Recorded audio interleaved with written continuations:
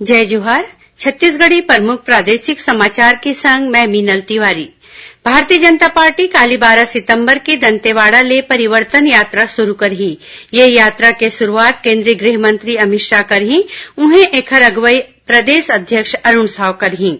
यही बीच भाजपा प्रदेश प्रभारी ओम माथुर आज रायपुर के प्रदेश भाजपा कार्यालय में परिवर्तन यात्रा रथ के विधि विधान ले पूजा पाठ करके दंतेवाड़ा बर रवाना करीन। प्रदेश में अब नोनी और माय लोगन ले छेड़छाड़ और दुष्कर्म के आरोपी मन ला सरकारी नौकरी नहीं मिले। ये संबंध में सामान्य प्रशासन विभाग आदेश जारी कर दे है। मुख्यमंत्री भूपेश बघेल आज नगरी सिहावा के मुकुंदपुर में राखे गे समारोह में राम वनगमन पर्यटन परिपथ में भगवान श्री राम के भव्य मूर्ति और करीबन 10 करोड़ के लागत ले आने निर्माण काम के लोकार्पण करीन।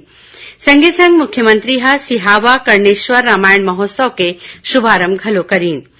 राज्य सरकार केंद्र सरकार ले धान बिसाए बर जरूरी करेगे बायोमेट्रिक सिस्टम ला लागू नहीं करे के अनुरोध करे हैं। खाद्य सचिव केंद्रीय खाद्य सचिव ला ये संबंध में चिट्ठी लिखे हैं। राज्यपाल और कुलाधिपति विश्वभूषण हरिचंदन डॉक्टर राम रणविजय सिंह ला दाऊ वासुदेव चंद्राकर कामधेनु विश्वविद्यालय के कुलपति नियुक्त करे हैं।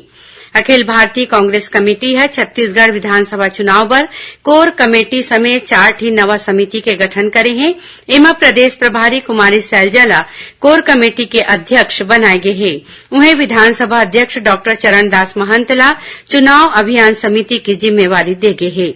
मुख्यमंत्री भूपेश बघेल वित्त विभाग ला राजधानी रायपुर के तात्यापारा ले सारदा चौक के बीच सड़क चौड़ीकरण के काम ला हफ्ता भर के भीतरी मंजूर करे के निर्देश दे हैं। वन्य प्राणी और पर्यावरण के रक्षा करत अपन प्राण के निछावर करैया शहीद वनकर्मी मन के सुरता में आज 11 सितंबर के वन शहीद दिवस मनाए गिस। ये बेरा में वन मंत्री मोहम्मद अकबर रायपुर के राजीव स्मृति वन में बने वन शहीद स्मारक में पुष्प चक्र अर्पित करके शहीद वन कर्मचारी मन ला श्रद्धांजलि दी।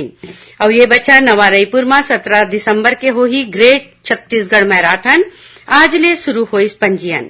ये रही अब तक के प्रमुख प्रादेशिक समाचार। जय जोहार।